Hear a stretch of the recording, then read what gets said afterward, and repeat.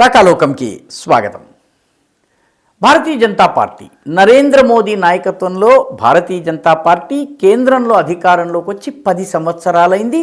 2024లో మళ్ళీ లోక్సభ ఎన్నికలు జరిగితే దానిలో బీజేపీ మళ్ళీ ప్రభుత్వానికి రావడము, అధికారంలోకి రావడము దాదాపు ఖాయమన్నటువంటి విషయము అటు విపక్షము అంగీకరిస్తోంది, విమర్శకులు అంగీకరిస్తున్నారు, పత్రికల్లో ఉన్నటువంటి బీజేపీ వ్యతిరేకులు సైతము అంగీకరిస్తున్నారు, మీడియాలో ఉన్నటువంటి యాంటీ బీజేపీ ఫోర్సెస్ ఎలిమెంట్స్ కూడా అంగీకరిస్తున్నటువంటి విషయము. మెజారిటీ 400 అబ్కీ బార్ 400 పార్ అవుతుందా, లేకపోతే 300 దగ్గర ఆగుతుందా, లేకపోతే 272 దగ్గర ఆగుతుందా అన్న అంచనాలో తేడా తప్ప ఈ పార్టీ గెలుస్తుంది అన్నటువంటి విషయంలో ఎవరికి సందేహం లేదు. కానీ ఈ పార్టీలు, ఈ కుహనా సెక్యులర్ శక్తులు కావచ్చును, ఈ లిబరల్స్ అని చెప్పుకునేటటువంటి ఇల్లిబరల్స్ కావచ్చును, బీజేపీని సైద్ధాంతికంగా వ్యతిరేకిస్తున్నామని చెప్పుకునేటటువంటి శక్తులు కావచ్చును, విపక్షాల్లో ఉన్న పార్టీలు కానీ బీజేపీకి సంబంధించినటువంటి ఎత్తుగడలను ఎందుకు ఊహించలేకపోతున్నాయి? డిమానిటైజేషన్ వస్తుంది, ఈ విషయాన్ని ఎవరు ఎందుకు ఊహించలేకపోయారు? ఆర్టికల్ 370 వెళ్ళిపోతుంది, ఎవరు ఎందుకు ఊహించలేదు? భారతీయ జనతా పార్టీ ప్రభుత్వము లాభార్థి పేరిట, అంటే బెనిఫిషరీస్, లబ్ధిదారుల పేరిట 5 కిలోల బియ్యము, జనౌషధి, ఆ తర్వాత కిడ్నీస్ చెడిపోయినటువంటి వాళ్ళకి ఉచిత డయాలసిస్, ఈ రకమైనటువంటి స్కీమ్స్ని అమల్లోకి తీసుకొచ్చి వాటిని టార్గెటెడ్గా సమర్థవంతంగా అమలు చేస్తుందని ఎందుకు ఊహించలేకపోయారు? అదేవిధంగా ఒక్కొక్క రాష్ట్రానికి ఒక్కొక్క నాయకుడిని తీసుకొచ్చి పెడతారని ఉత్తరప్రదేశ్లో యోగి ఆదిత్యనాథ్ 2017లో ముఖ్యమంత్రి అవుతారని చెప్పి ఒక్కరు కూడా అంచనా వేయలేకపోయారు, ఒక్కరు కూడా. ఈసారి కూడాను 2023 3 రాష్ట్రాల అసెంబ్లీ ఎన్నికల్లో మధ్యప్రదేశ్, ఛత్తీస్గఢ్, అదేవిధంగా 3వ రాష్ట్రమైనటువంటి రాజస్థాన్, ఈ 3 రాష్ట్రాల్లో ముఖ్యమంత్రులు ఎవరు అవుతారన్నటువంటి విషయంలో ఒక్క మీడియా సంస్థ కానీ, ఒక్క జర్నలిస్ట్ కానీ, ఒక్క మేధావి అని చెప్పుకునేటటువంటి వాడు కానీ, ఒక విమర్శకుడు కానీ, విశ్లేషకుడు కానీ అంచనా వేయలేకపోయారు. విపక్షాలు సైతం అంచనా వేయలేకపోయినాయి. దీనికి కారణం ఏంటి? దీనికి ప్రధానమైన కారణం ఏంటంటే భారతీయ జనతా పార్టీ, దానికి ప్రేరణ అయినటువంటి ఆర్ఎస్ఎస్ కానీ, దానితో పాటు వేర్వేరు రంగాల్లో పనిచేసేటటువంటి సంస్థలు కావచ్చు, ఇవన్నీ కూడాను గిరిజనుల్లో పనిచేసే సంస్థ వనవాసి కళ్యాణాశ్రమం, విద్యార్థుల్లో పనిచేసే ఏబీవీపీ, కార్మికుల్లో పనిచేసే బీఎంఎస్, రైతుల్లో పనిచేసే భారతీయ కిసాన్ సంఘ్, స్వదేశీ అంశాలపైన పోరాడే స్వదేశీ జాగరణ మంచ్ కావచ్చు, ఈ ఉపేక్షిత బస్తీలలో పనిచేసే సేవాభారతి కావచ్చును, వీటన్నిటి పనితీరుకు సంబంధించి అధ్యయనం ఉన్నటువంటి విశ్లేషకుడు కానీ, విమర్శకుడు కానీ, వ్యతిరేకి కానీ ఒక్కరు కూడా లేరు.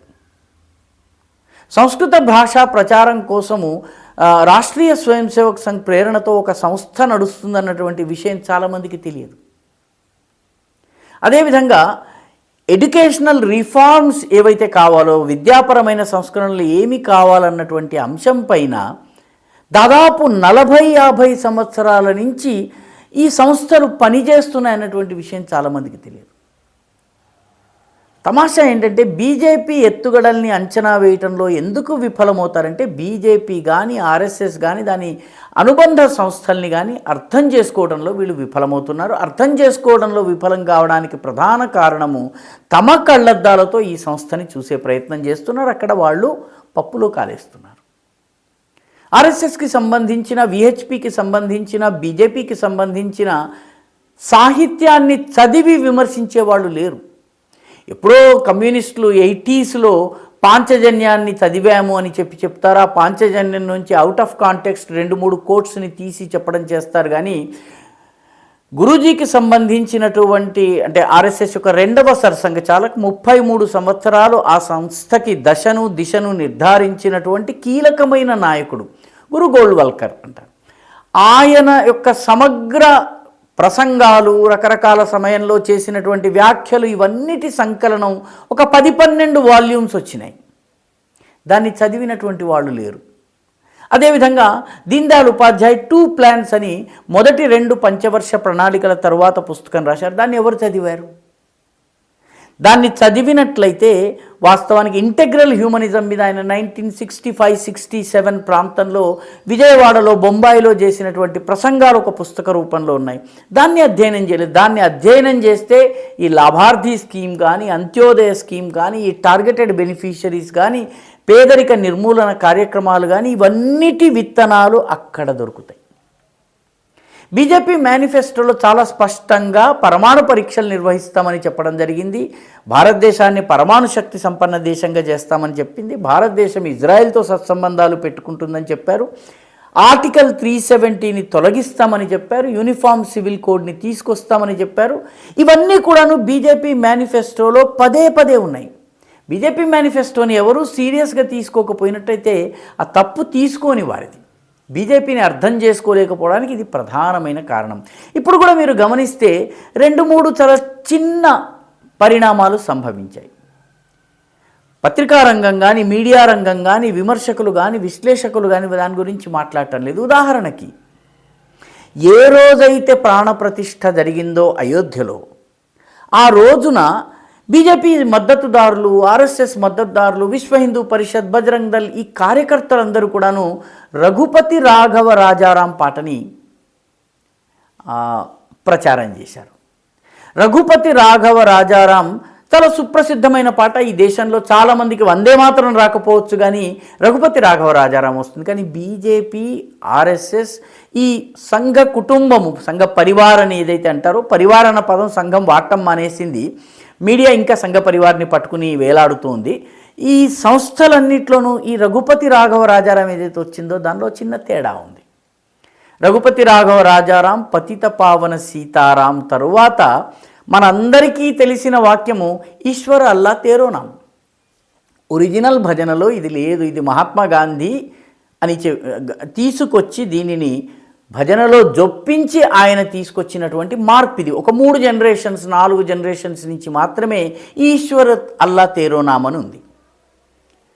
దానికి బదులు సుందర విగ్రహ మేఘశ్యాం గంగా తులసి సాలిగ్రామ్, ఇది ఒరిజినల్ భజన.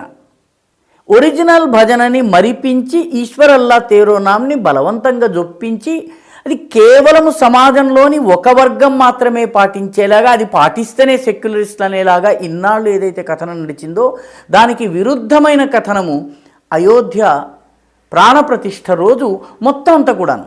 అంటే ఒరిజినల్ భజన ఏమిటి, దాన్ని ఎలా మార్చారని దేశం మొత్తానికి చెప్పడం జరిగింది. ఈ భజనని నేను 1979లో విన్నాను. 1979 నుంచి ఆర్ఎస్ఎస్ కానీ, విశ్వ హిందూ పరిషత్ కానీ ఆ సంస్థలలో ఈ కథనం నడుస్తోంది. ఇది బయట వాళ్ళకి ఇన్నాళ్ళు తెలియలేదు, అయోధ్య ప్రాణప్రతిష్ఠతో తెలిసింది. కాబట్టి ఈ ఆర్గనైజేషన్ని అర్థం చేసుకోవాలంటే దీని యొక్క చరిత్రను, దీని యొక్క సాహిత్యాన్ని అధ్యయనం చేయాలి. రెండవ ప్రధానమైన పరిణామం ఏంటంటే, జనవరి 26కి అటు ఇటుగా ప్రధానమంత్రి మన్ కీ బాత్ మాట్లాడుతూ మన రాజ్యాంగ నిర్మాణం గురించి మాట్లాడుతూ రాజ్యాంగం యొక్క ఒరిజినల్ ప్రతి ఒక్క మొదటి పేజీని ఆయన షేర్ చేశారు. ఆ మొదటి పేజీలో రాములవారి బొమ్మ ఉంది.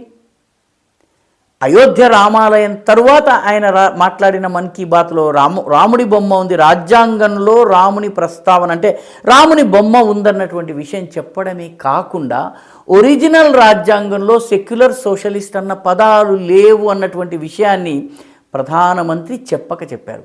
ఎందుకంటే ఇది వాస్తవం కూడాను. సెక్యులరిజం, సోషలిజం అనేవి మన రాజ్యాంగంలో 1976లో వచ్చినాయి. అంటే 5 సంవత్సరాల కాల పరిమితిని దాటి అక్రమంగా విపక్షాలని జైల్లో పెట్టి దేశాన్ని ఎమర్జెన్సీలో ఉంచి ఎటువంటి చర్చ లేకుండా, హక్కు లేకుండా పరిపాలన చేస్తున్నటువంటి ఇందిరాగాంధీ ఈ 2 పదాలని ఒప్పించింది. ఈ విషయం పైన డిబేట్ని ప్రధానమంత్రి నరేంద్ర మోదీ నోటితో ఒక్క మాట అనకుండా చేశారు. విపక్షాలు హడావిడి చేసి సోషలిస్ట్ ఏది, సెక్యులర్ ఇదేది, సోషలిస్ట్ ఏది, సెక్యులర్ ఏది అని మాట్లాడటం మొదలుపెట్టి లేనటువంటి విషయాన్ని చర్చలోకి తీసుకొచ్చారు. అదేవిధంగా నిర్మలా సీతారామన్ కూడా బడ్జెట్ ప్రతిపాదిస్తున్నప్పుడు చాలా అనాయాసంగా మాట్లాడుతూ ఈ జనాభా పెరుగుదలలో ఉన్నటువంటి కొన్ని ప్రమాదకరమైనటువంటి ట్రెండ్స్ గురించి, అంటే రోహింగ్యాలు, బంగ్లాదేశ్ల గురించి పేరు ప్రస్తావించకుండా విషయాన్ని ప్రస్తావించారు. దీనితో విపక్షాలు హడావుడి పడిపోతున్నాయి, సూడో సెక్యులర్లు హడావుడి పడిపోతున్నారు, లిబరల్స్ పేరిట ఉన్నటువంటి ఇల్లిబరల్స్ హడావుడి పడిపోతున్నారు.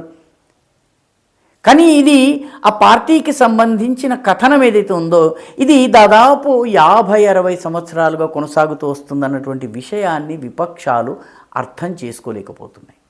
సో బీజేపీ ఎత్తుగడల్ని అర్థం చేసుకోవాలంటే విపక్షాలకు నా సలహా ఏంటంటే, బీజేపీ యొక్క సిద్ధాంతాన్ని, ఆర్ఎస్ఎస్ యొక్క సిద్ధాంతాన్ని, దాని పనితీరుని, కార్యపద్ధతి అంటారు వాళ్ళు, వర్కింగ్ స్టైల్ని, ఆర్గనైజేషన్ బిల్డింగ్ని అధ్యయనం చేస్తే తప్ప దాని ఎత్తుగడలు అర్థం కావు. ఈ వీడియో మీకు నచ్చినట్టయితే లైక్ చేయండి, షేర్ చేయండి, ఈ ఛానల్కు సబ్స్క్రైబ్ చేయండి, మీ అభిప్రాయాన్ని కమెంట్ల రూపంలో తప్పనిసరిగా పంపించండి.